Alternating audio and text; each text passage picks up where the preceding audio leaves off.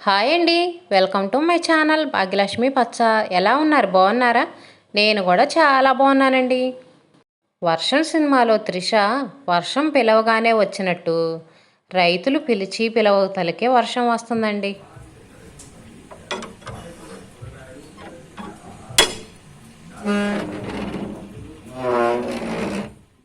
వర్షం మాకొద్దమ్మా పో అనేదాకా వర్షం పడతానే ఉంటుందేమో. బాగా వర్షాలు పడి కాలువలు వచ్చి బాగా పంటలు పండితే అంతకంటే మనకు కావాల్సింది ఏముందిలేండి. వర్షం పడితే బయట చూడండి ఎలా ఉండిద్దో. రోడ్లు మాత్రం చూడటానికి చాలా అందంగా ఉంటాయండి. రోడ్లన్నీ నీళ్ళతోటి తడిచిపోయి బయట ఒక్కళ్ళు కూడా ఉండరండి. సైలెంట్ వాతావరణం చూడటానికి మాత్రం చాలా బాగుండిద్ది. మా అబ్బాయి మాత్రం వాడి సైకిల్ తడవకుండా ఇదిగోండి ఇంట్లో జాగ్రత్తగా పెట్టుకుంటాడు. ఫుట్బాల్ కింద పెట్టుకుంటాడండి.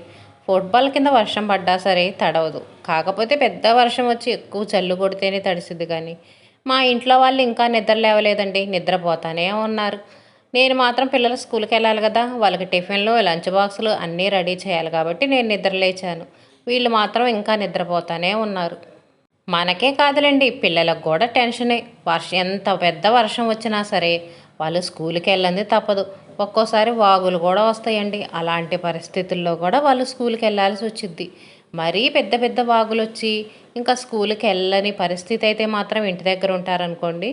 ఎంత పెద్ద వానైనా సరే ఆటోలో పట్టలు కట్టుకొని తడుచుకుంటా పాపం స్కూల్కి వెళ్తానే ఉంటారు. మనమన్నా కాసేపు పనిచేసి తర్వాత మధ్యాహ్నం టైంలోనన్నా రెస్ట్ తీసుకుంటాం.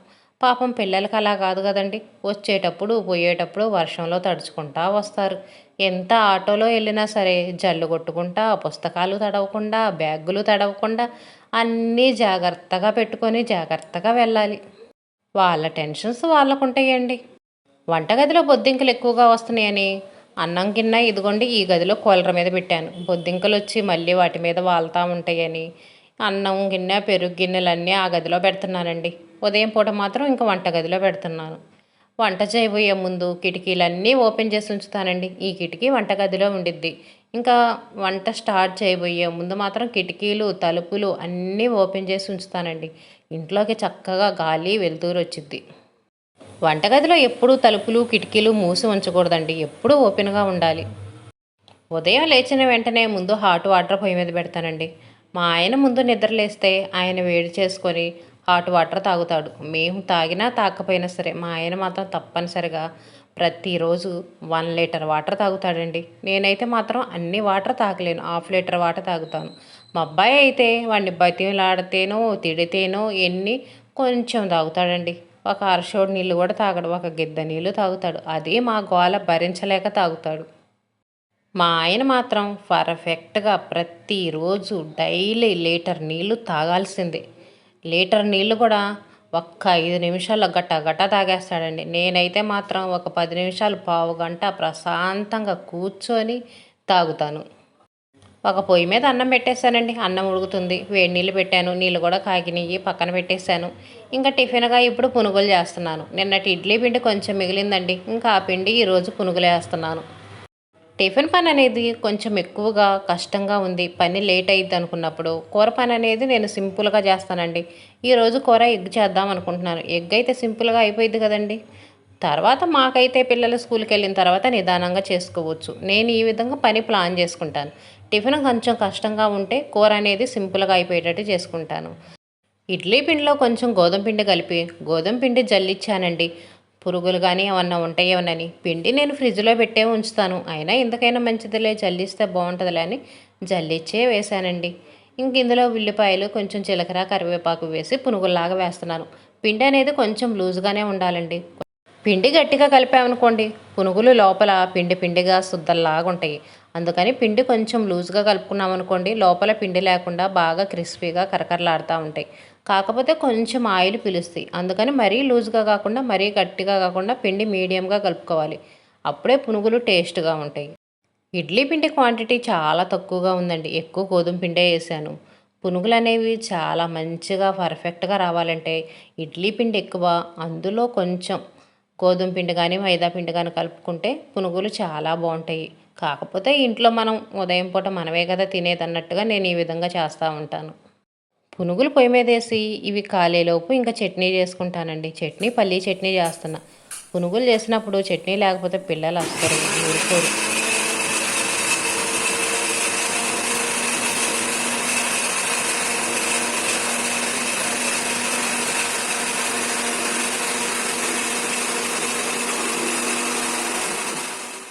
పునుగులు రెడీ అయ్యేటప్పటికి చట్నీ వేశాను. పునుగులు కాలేటప్పటికి ఒక 5 నిమిషాలు టైం పట్టిద్ది కదండి. వాటిని తిప్పుకుంటా వాటి దగ్గరే నుంచునే బదులు చట్నీ చేసుకోవచ్చు. మనకి టైము సేవ్ అయిద్ది, పని త్వరగా అయిపోయిద్దండి. అందరికి పునుగులు చేస్తా కూర్చుంటే చాలా లేట్ అయిద్ది. అందుకనే ఒక వాయే వేశాను. ఇంకిప్పుడు కూర చేయలేదు కదండి, కూర చేయాలి. కూర సింపుల్గా చేస్తానని చెప్పాను కదండి. ఎగ్ ఫ్రైడ్ రైస్ చేస్తున్నాను.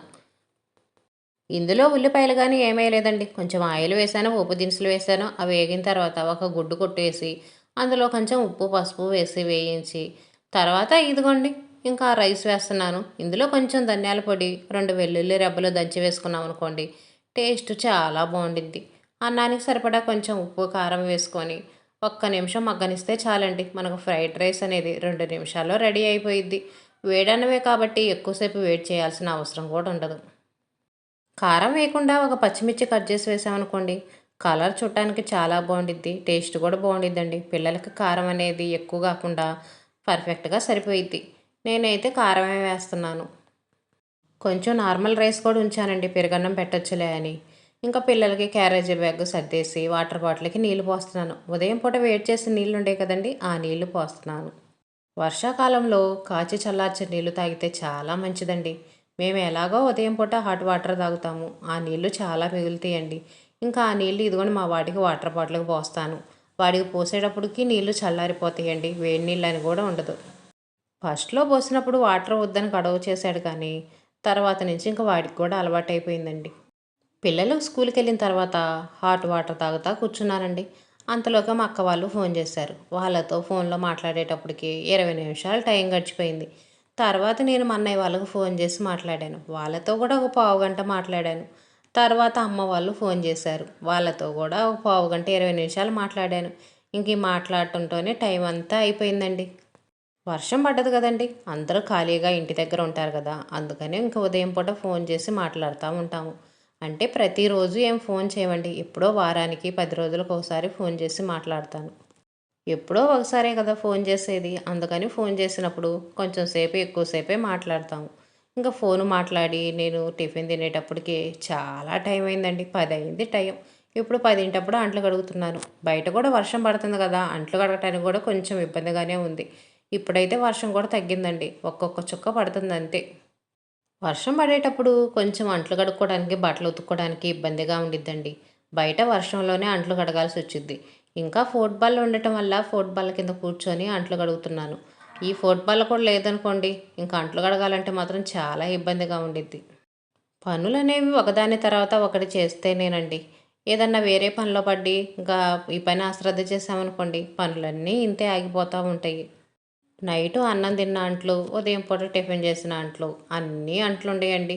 నూనె బాండీ అయితే కడగట్లేదు. ఇంకొంచెం పిండి ఉందండి. ఇంకా సాయంత్రం పిల్లలు వచ్చిన తర్వాత మళ్ళీ పునుగులేసి పెడదాంలే అని నూనె బాండీ అయితే అంతే ఉంచేశాను. ఒక్కోసారి అయితే పునుగులు మరిన్ని వేసాననుకోండి, హాట్ బాక్స్లో పెట్టి ఉంచుతాను. ఇప్పుడు వర్షం పడతా వాతావరణం చల్లగా ఉంది కదండి, ఆరిపోయినవి తినాలంటే పిల్లలు తినరులే అని పిండే ఉంచాను. పిండి ఉంచి ఇంకా బాండీ కూడా అంతే ఉంచేసానండి. సాయంత్రం పిల్లలు వచ్చిన తర్వాత మళ్ళీ పునుగులు వేయొచ్చులే అని.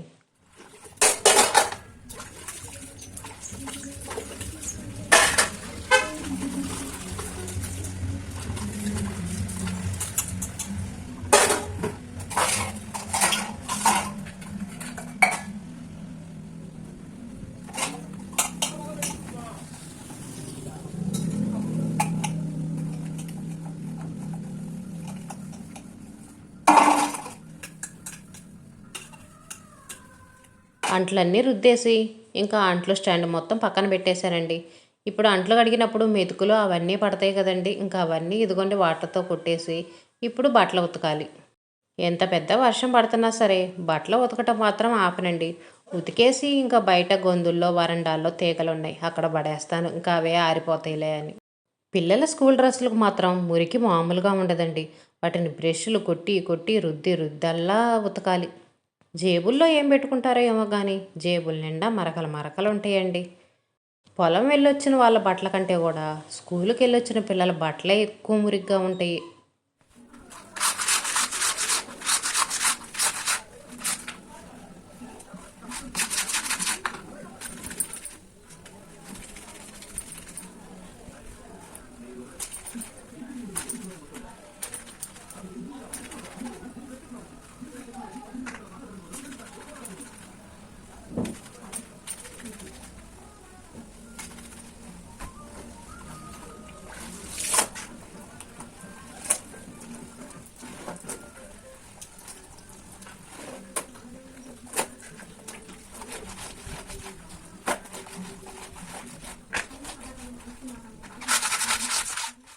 బ్రష్లు కొట్టి చేతితో నలిచి నలిచల్లా ఉతకాలండి. అప్పుడే ఈ బట్టలు మురికిపోయేది.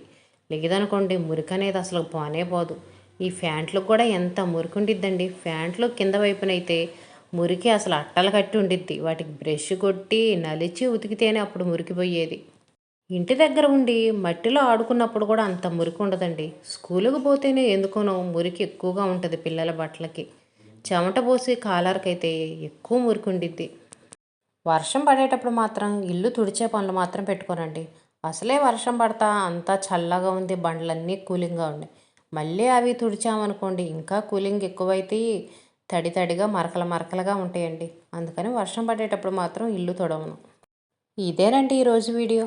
వీడియో నచ్చితే ఒక లైక్ ఇచ్చి సబ్స్క్రైబ్ చేసుకొని చిన్న కామెంట్ పెట్టండి. రేపు ఇంకో వీడియోలో మళ్ళీ కలుద్దాం. బాయ్.